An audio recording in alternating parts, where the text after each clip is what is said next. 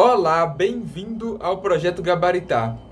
O vídeo vai ter como propósito a explanação do livro Nação Dopamina, juntamente com conceitos de informática e também de novas tecnologias aplicáveis. Por exemplo, inteligência artificial também vai ser uma das cerejas do vídeo, uma das partes fundamentais do vídeo vão estar relacionadas à inteligência artificial. Também alguns sistemas que a gente pode buscar por informações, nos informar. Nada mais justo do que relacionar tais temas com o livro Nação Dopamina. Ele vai promover um estudo interno do nosso sistema nervoso central. Como dominamos os nossos gostos, os nossos interesses, para que a balança prazer e sofrimento fique equilibrada. Será que a gente coloca muito prazer e a consequência seria uma geração mais infeliz, uma geração que se vicia facilmente em prazeres e aí fica antipática, fica com anedonia a determinadas situações, age de modo indiferente, tem dificuldade para sentir prazer, tem dificuldade para se alegrar com coisas simples do cotidiano, coisas que antigamente era mais fácil de provocar alegria, provocar estímulo. Ou seja, o limiar da dopamina, o limiar do sentimento de prazer ficou mais elevado. Vamos lá, a primeira questão vai dizer sobre o livro. Ele propõe um sistema para a eliminação de vícios. É o sistema Dopamine. Ou seja, é um mnemônico que, destrinchando ele, a gente consegue obter alguns conceitos. O passo a passo para se desvencilhar de uma atitude ou de uma ação que está destruindo aos poucos, está minando as suas fontes de felicidade. Ou seja, você está ficando viciado naquela tarefa. Portanto, para fugir desse vício, é necessário apelar para esse sistema. Primeiro, dados. O D da palavra dopamine, que vem do inglês, dopamina, significa dados, tem relação com dados. É necessário coletar dados. Por exemplo, eu estou viciado em quê? Será que eu estou viciado em drogas de abuso? Ou eu estou viciado em algum comportamento, por exemplo, assistir a vídeos, conteúdo inapropriado, consumir romances, consumir álcool em excesso, ou outro comportamento adicto, ser adicto em alguma ação do cotidiano que provoca estímulo. Por exemplo, jogos de azar também são altamente vício em redes sociais, vício em smartphone, vício em tablet, em aparelhos, em tecnologia propriamente dita. Então, o D seria coletar os dados. Onde estou viciado? Depois seria o objetivo. O objetivo, por que eu apelo para aquela droga? Para fugir? Será que é para fugir de algum sofrimento? Todos nós temos sofrimentos. Mas agora, à medida que há a comparação por meio da internet, esse sofrimento, a comparação entre duas vidas, você se comparar com outra pessoa que está em patamares que mostra nas redes sociais patamares mais bem desenvolvidos, um desenvolvimento extraordinário, pode te deixar frustrado. E te deixando frustrado, à medida que você reage, você tenta escapar daquilo de alguma forma.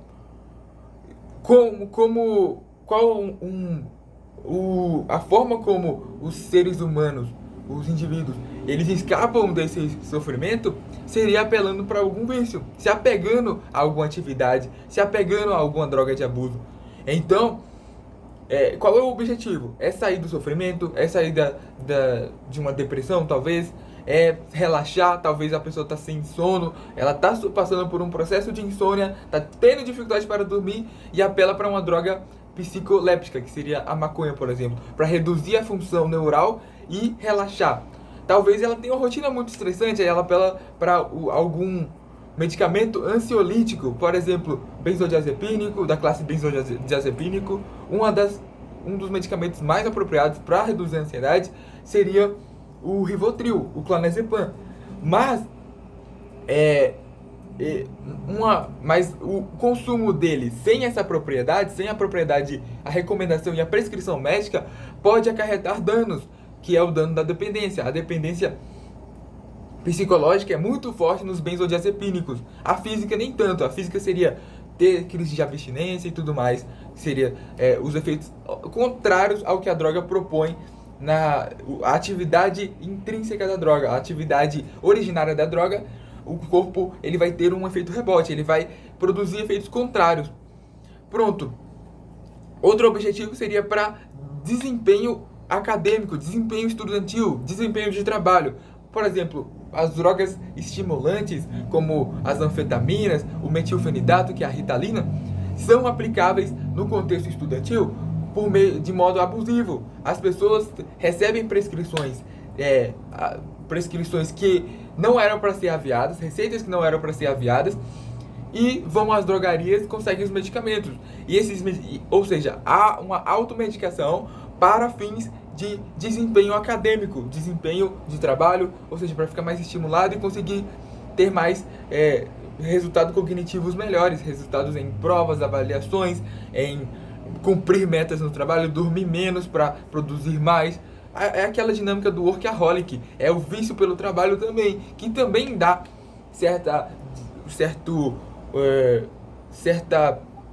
bomba de dopamina, assim, certa quantidade elevada, uma quantidade elevada de dopamina é disparada na fenda sináptica quando você tem recompensa no seu trabalho e aí você trabalha mais.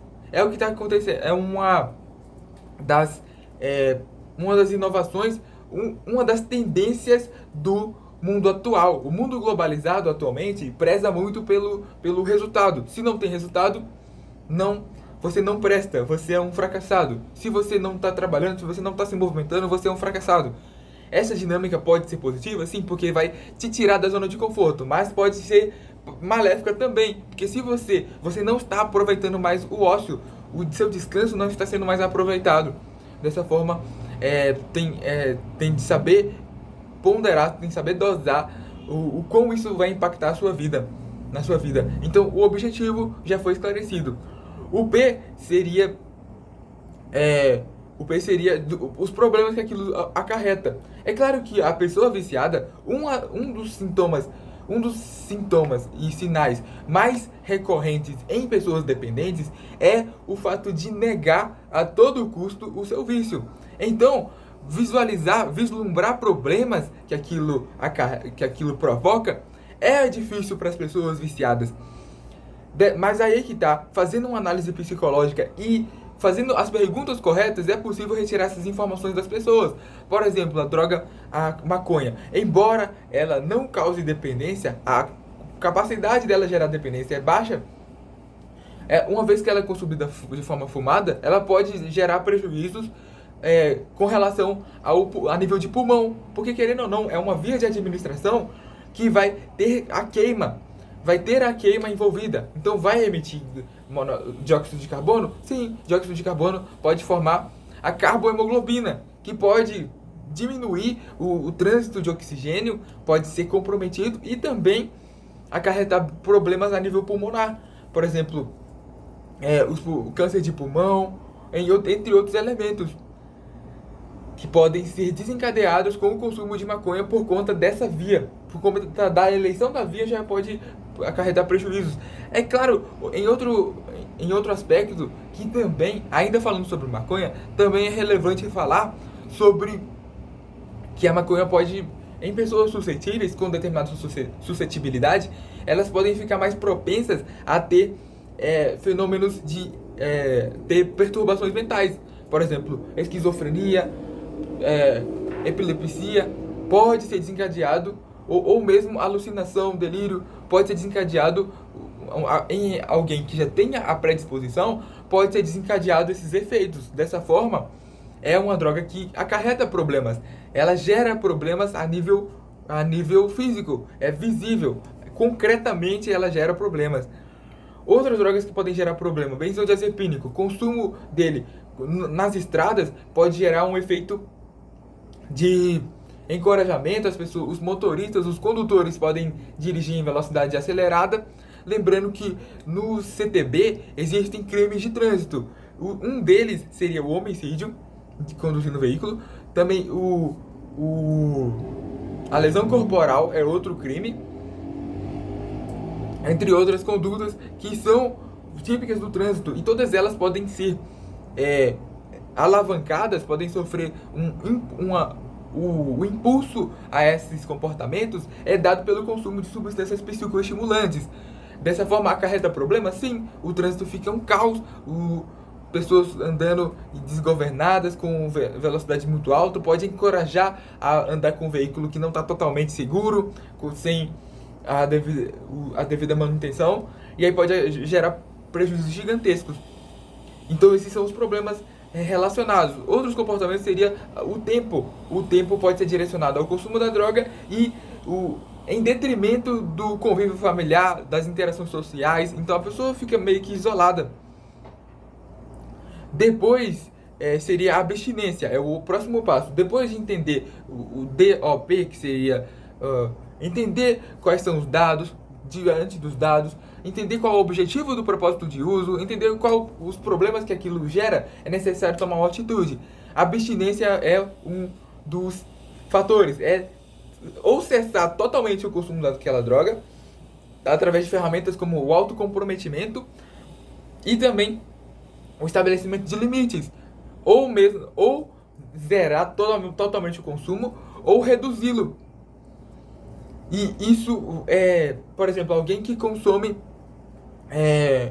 no livro é dado o exemplo de consumo de maconha. Pessoas que consomem altas dosagens, uma das estratégias, como a redução, a abstinência total não vai prejudicar essa pessoa, é certo fazer essa recomendação. Olha, é só falar, será que não seria bom para você, frente aos problemas que isso provoca, cessar o consumo dessa droga? Experimenta por alguns meses. Pela ciência, 4 semanas são suficientes para gerar uma melhoria. A pessoa, ao invés de se sentir mal, porque querendo ou não, assim que ela cessa o consumo total de açúcar, seja de celular, seja de maconha, de droga de abuso, ela vai se sentir mal, porque aquilo era a fonte de dopamina para ela. E alterar isso provoca um sofrimento, pode desencadear a crise de abstinência.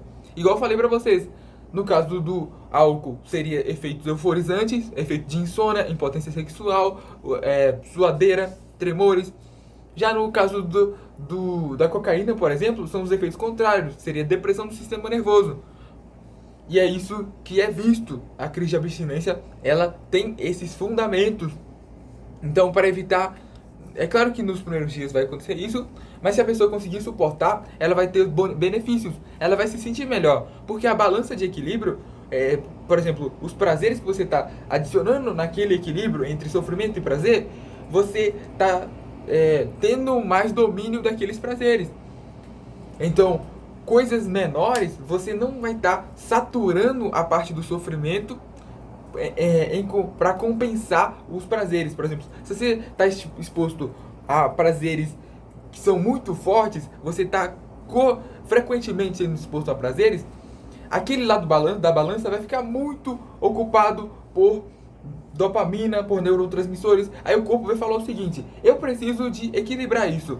Como ele faz isso? Mandando um efeito autorregulador. Ou seja, ele vai cessar, diminuir a produção de receptores membranares relacionados a dopamina, por exemplo. E esses receptores, uma vez que vai estar mais escasso, você vai ter de ter mais consumo de mais prazer para ter o mesmo efeito. Imagina que o prazer seja quantificado. Imagina que o prazer chegou a nível 3. Para você alcançar aquele mesmo nível de prazer, você precisa de investir mais, fazer mais daquela atividade, consumir mais daquela droga, aumentar o tempo de exposição àquela droga ou aquele comportamento para você alcançar o nível 3 à medida que o tempo passa. Porque você teve o equilíbrio dessa balança. A parte do sofrimento foi pesada. Então, para você alcançar o mesmo nível, você precisa de aumentar o prazer. E com a abstinência, essa balança é desfeita. As partes, essa balança, ela é regularizada. A parte do sofrimento, ela sai. E os receptores voltam a ficar manifestos na membrana. E aí acontece maior sensibilidade à dopamina. Então, coisas que geram pouca dopamina, que disparam pouca dopamina na fenda sináptica, vão gerar efeitos maiores. Você deve alcançar o nível 3 de prazer com mais velocidade, com menos estímulo, com um comportamento em menor dosagem. E essa seria a abstinência. Mindfulness, que seria o M da palavra dopamina, diz respeito ao olhar para si. É o olhar interno. É um olhar crítico, uma autocrítica feita por você. Será que realmente eu estou respeitando a abstinência? É um olhar, meio que sair de si e fazer um julgamento próprio. Por fora, por exemplo, eu estou pensando nisso, esse comportamento dispara, visualizar essas coisas, dispara esse comportamento em mim. Então, será que não é melhor eu tirar essa exposição? Eu cortar esses vínculos, cortar essas amizades? Ou deixar de dar brecha para cair na tentação e para cair em um vício? Será que dá para desviar desse comportamento? Fazer com que o caminho da saída do vício fique mais fácil? Tirar os obstáculos. Então, esse é mindfulness. A próxima, o I da palavra dopamina, seria insight. Quais são as ideias para fazer isso, para evitar? Quais barreiras eu vou adicionar? Esse seria o insight. E o N seria novos passos. Depois de coletar o resultado, é necessário tomar novos passos, novas atitudes. Se reduziu a dosagem do consumo de maconha, será que não seria melhor reduzir mais? Ou consumir nesse mesmo nível? Porque, querendo ou não, temos neurônios que um fenômeno de neuroplasticidade. Os neurônios, eles criam novas rotas, eles se movimentam o tempo todo para criar novas conexões. Então, se você já foi um dependente, para você voltar a essa dependência é mais fácil. Por exemplo, se você teve um período de abstinência de 30 dias, se você consumir de novo a droga, você pode consumir em valores altíssimos e mesmo assim não sentir o efeito. Aí você tem que consumir mais ainda. Por quê? O neurônio esse caminho já está estabelecido. O neurônio tem tipo uma memória. O músculo não tem uma memória muscular? O neurônio também. Existe essa memória que aquela situação anterior pode vir à tona novamente, graças a essa memória que o neurônio tem. As conexões nervosas possuem. Aí o elemento dessa palavra é a letra E. A letra E é de experimento. Você experimenta tomar essas atitudes e coleta o feedback. Aí você tem esse ciclo construtivo de implementação de atividade, avaliação de resultado e avaliação de benefícios. Aí você vai decidir se você vai manter esse comportamento ou criar uma nova hipótese, uma nova ideia para experimentar e para tentar reduzir mais ainda e ficar melhor ainda, equilibrar melhor, ser mais bem sucedido no equilíbrio dessa balança entre prazer e sofrimento. No enunciado diz que uma pessoa que era muito viciada em álcool, só que aí que tá, é necessário criar uma barreira física, só que ela recebia convites muito frequentemente pelo e-mail.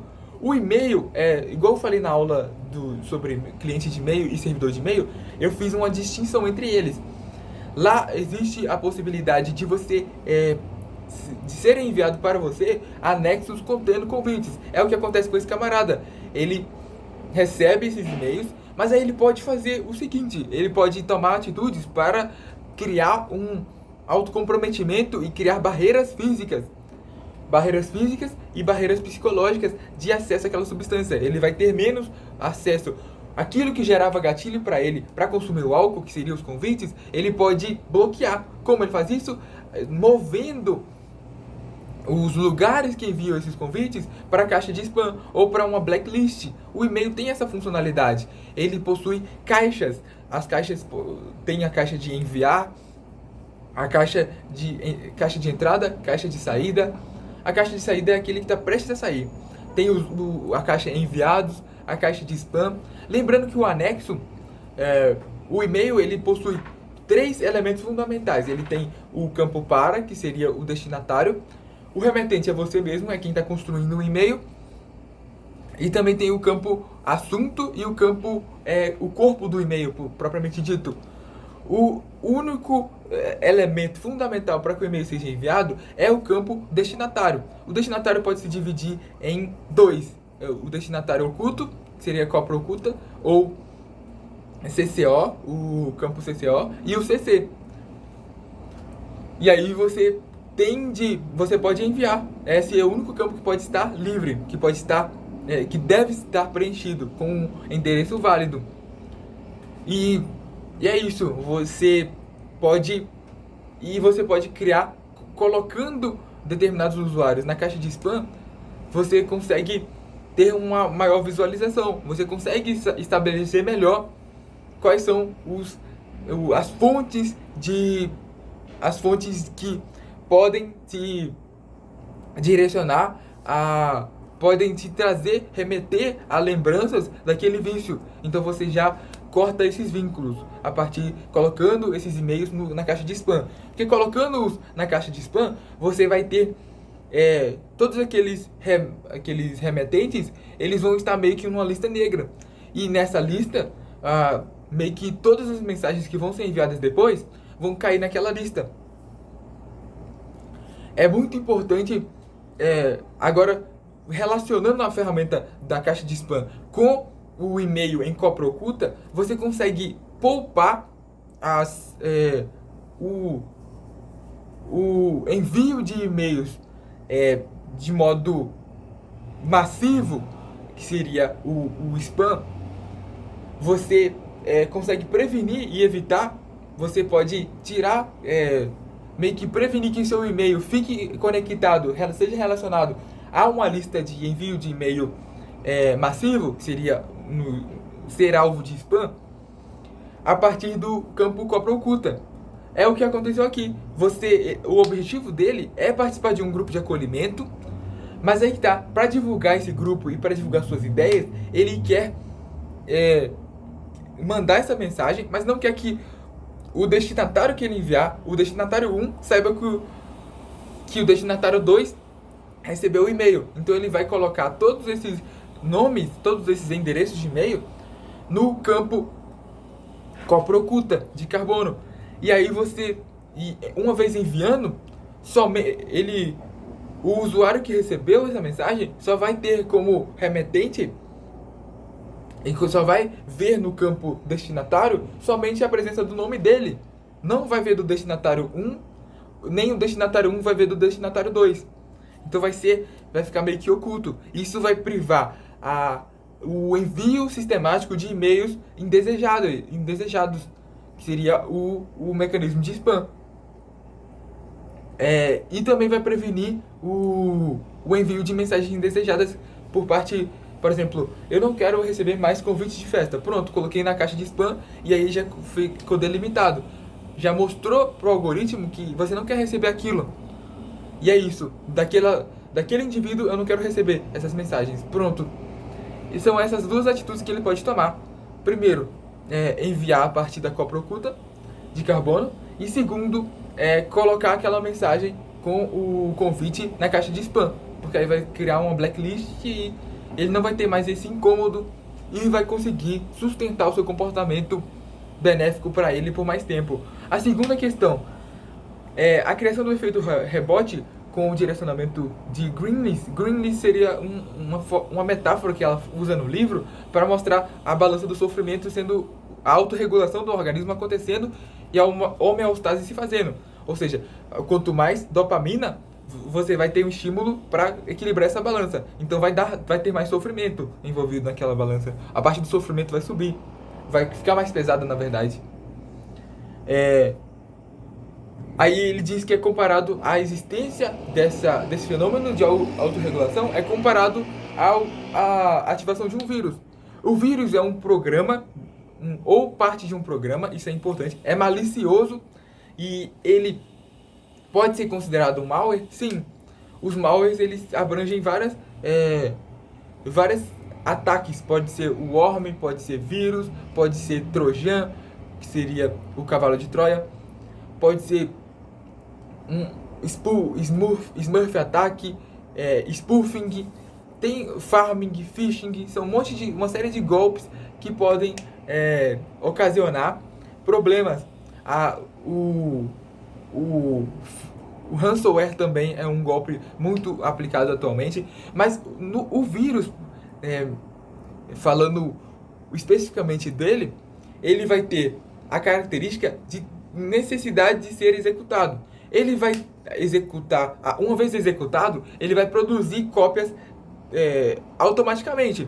O propósito do vírus é ficar oculto, mas uma vez que ele vai se replicando, ele vai ficando de tal... O tamanho que ele vai produzir, o tamanho que ele vai adquirir naquela máquina pode ficar insustentável. O fato de ele se esconder vai ser difícil. Algum mecanismo de defesa do sistema operacional ou do computador vai monitorá-lo e vai identificá-lo e vai combatê-lo. O vírus então tem essas características. As duas características que os diferencia do worm a primeira delas é o fato de não ser autoexecutável, e a segunda que os diferencia é o fato de não querer ficar o fato de querer ficar oculto. O vírus ele tem o propósito de ficar oculto e provocar os danos dele. Então, por isso que é similar a metáfora dessa regulação da balança do prazer com a instalação do vírus é viável. Sabe por quê? Uma vez que você ativa o mecanismo da balança do prazer, se afundando em comportamentos adictivos, aqueles comportamentos que propiciam ao vício, que levam ao vício, você vai desencadear uma proliferação enorme dos gremlins, que seria o lado do sofrimento. Você vai ter menor surgimento de receptores, menor produção de dopamina, lembrando que a levodopa ela é precursora da dopamina. A dopamina é um neurotransmissor que também pode ser... Esse neurotransmissor ele vai ser responsável pelo sistema de recompensa, pelo prazer, pelo estímulo daquela atividade, pelo sentimento de satisfação.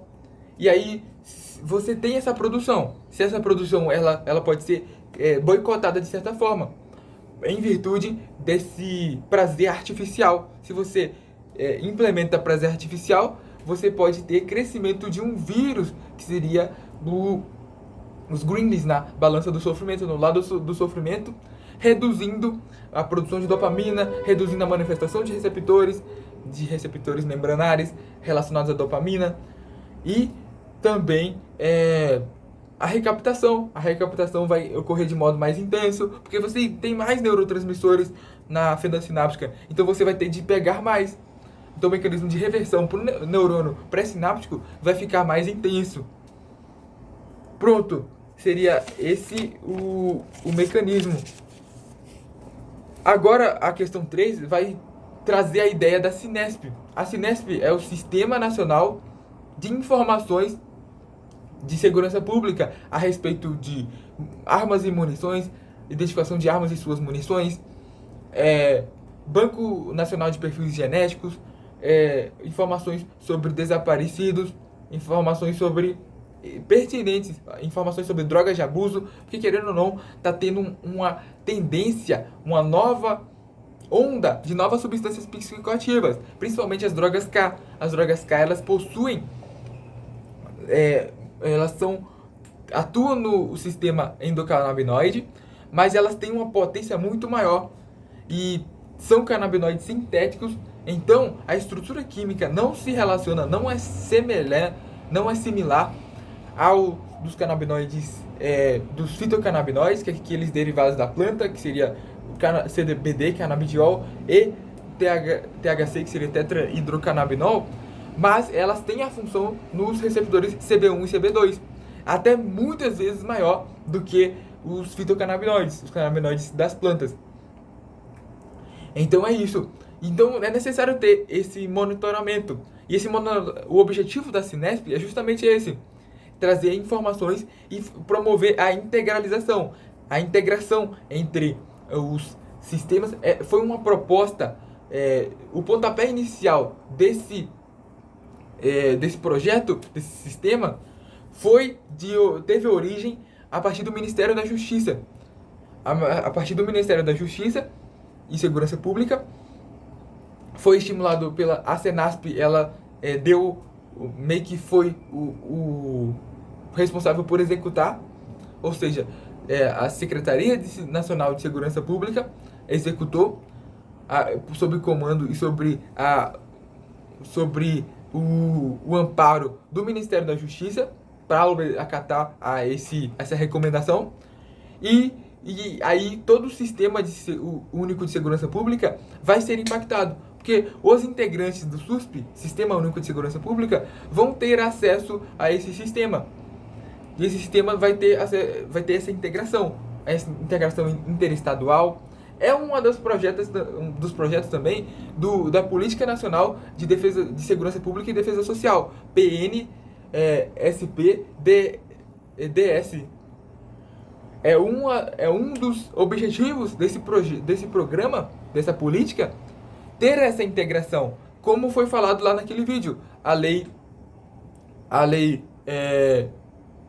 que estabelece a formação da Política Nacional de Segurança Pública e Defesa Social vai ter esses elementos de integração. Vai ser um dos pontos a ser estimulado e ser promovido. É necessário haver a promoção desse elemento. Aí é que tá, o estrangeiro pode ter acesso a esse programa ou não, igual eu falei pra vocês, todos os órgãos integrantes da SUSP. Mas quais são esses órgãos? Temos a Polícia Federal, Polícia Civil, Corpo de Bombeiros Militar, Polícia Rodoviária Federal, órgãos pertencentes ao sistema penitenciário, também as secretarias envolvidas no cuidado com drogas, as secretarias de segurança pública e órgãos, instituições congêneres, Instituto Médico Legal, Instituto de Identificação, Instituto de Criminalística, todos esses eles vão ser abastecidos por essas informações. Guarda de trânsito também vai ter acesso a essa informação. Ele é sujeito passivo, ele vai poder entrar nesse sistema. Até, como de maneira excepcional, temos a guarda portuária. Ela também vai estar ligada na SUSP e vai ter acesso a essas informações. E tudo isso vai ser reunido. Vai ter acesso a informações sobre desaparecimento de pessoas, sobre a situação de indivíduos, o histórico criminal, a ficha criminal, o histórico para ver se esse criminoso ele está sendo procurado ou não, sobre situação de veículo, entre outros elementos que podem ser averiguados nesse lugar. Agora, a quarta questão, ela vai falar sobre o sistema PIA. É um sistema de inteligência artificial típico do Paraná. Para você, é necessário ter a ideia inicial, é necessário destrinchar primeiro, conceituar o que é inteligência artificial. É uma forma de aproximar a forma de cognição humana, a forma de pensar que os humanos pensam.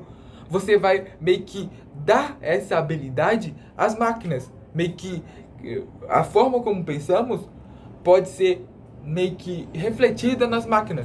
Por exemplo, elas vão ter a capacidade de aprenderem e de aplicarem. Existem 3 modalidades de aprendizado de máquinas, que está totalmente associada à inteligência artificial, que é a aprendizagem supervisionada, a aprendizagem semi-supervisionada e a aprendizagem não supervisionada. A supervisionada, você vai ter alguém que vai indicar se aquele comportamento foi correto ou não. Por exemplo, a máquina, ela gerou um resultado, ela gerou um cruzamento de identificação facial. Existia algum procurado. Esse procurado, existiu o retrato falado dele foi feito. E esse retrato falado vai ser comparado com uma base de retratos que foram criadas.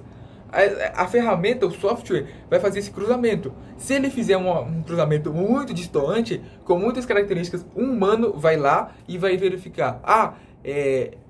Você cruzou esses dados. Mas essas pessoas são muito diferentes. Então deixa eu gerar um input, criar um dado indicando que você fez uma decisão errada. E que esse não é o caminho. Aí você supervisiona a máquina.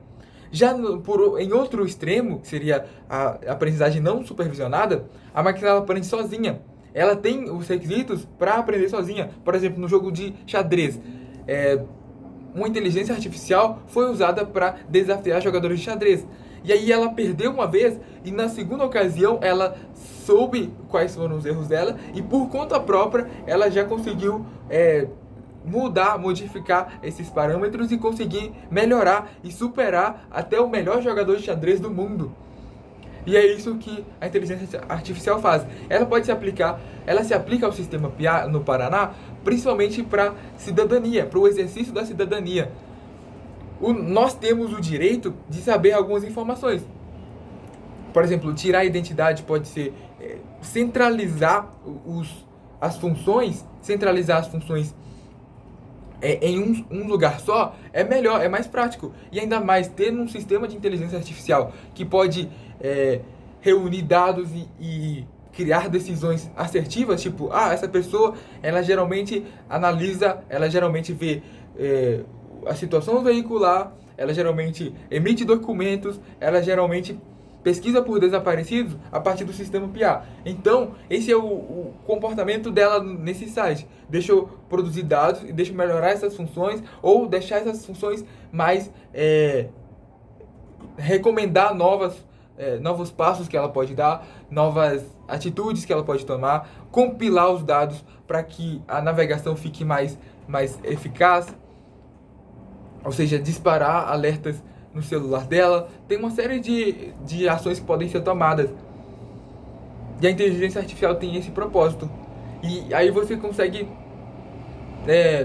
verificar o interesse das pessoas. A inteligência artificial é muito vista no mundo atual, no mundo globalizado, em que você, a partir dos seus gostos, das suas opções que você define, mesmo que inconscientemente, você está acessando a conteúdos, está criando dados de navegação que podem ser captados por ferramentas de busca para mostrar anúncios. Por isso que os anúncios eles são totalmente ligados ao seu comportamento, às suas pesquisas, ao que você clica. Então é isso. E essa é uma forma de gerar uma retroalimentação do comportamento, um estímulo ao comportamento, principalmente aquele comportamento vicioso. Por exemplo, se você clica muito em futebol, eles vão mostrar mais futebol para você e você vai ficar naquele ciclo. Por isso que é tão danoso a presença, a permanência muito grande em redes sociais por um tempo prolongado. Porque você pode ficar em um estado de bolha e perder a sensibilidade para prazeres mais básicos, para atitudes e alguns elementos que poderiam, em um momento anterior, se você não tivesse exposto a tamanha dopamina, gerar um prazer bom, para ser suficiente para regular, para criar um disparo suficiente, um disparo adequado de dopamina no seu cérebro. Agora, a quinta questão, ela vai dizer sobre as reações. As reações, assim como a balança do equilíbrio do sofrimento e prazer, você pode fazer uma atitude contrária. Tem uma reação e ela tem o sentido, principalmente aquelas reações incompletas, parciais, aquelas que não transformam os reagentes em produtos, elas vão ter um equilíbrio sendo formado, um equilíbrio de reação. Se você estimula, por exemplo, coloca mais gás, se você aumenta o volume de gás, o lado que tem um volume maior vai tender a perder, ou seja, ele vai frear um pouco a produção de produtos. Por exemplo, imagine que a parte mais volumosa seja os produtos, porque lá tem um gás. Se você aumenta a pressão, você vai tender ao sentido oposto da reação. É o mesmo que acontece com o lado exotérmico e o lado endotérmico. Se você tem uma reação exotérmica, libera calor. Se você acrescentar calor artificialmente, você vai estar aumentando os níveis de calor do sistema. Os produtos, eles vão deixar de ser formados e você vai apontar para o lado dos reagentes. Então você vai meio que reverter essa reação. O mesmo acontece para a implementação de substâncias. Mas aí que tá. Quanto à termoquímica, isso é estabelecido a partir de valores. É possível quantificar isso, a energia de formação e a energia de quebra das ligações.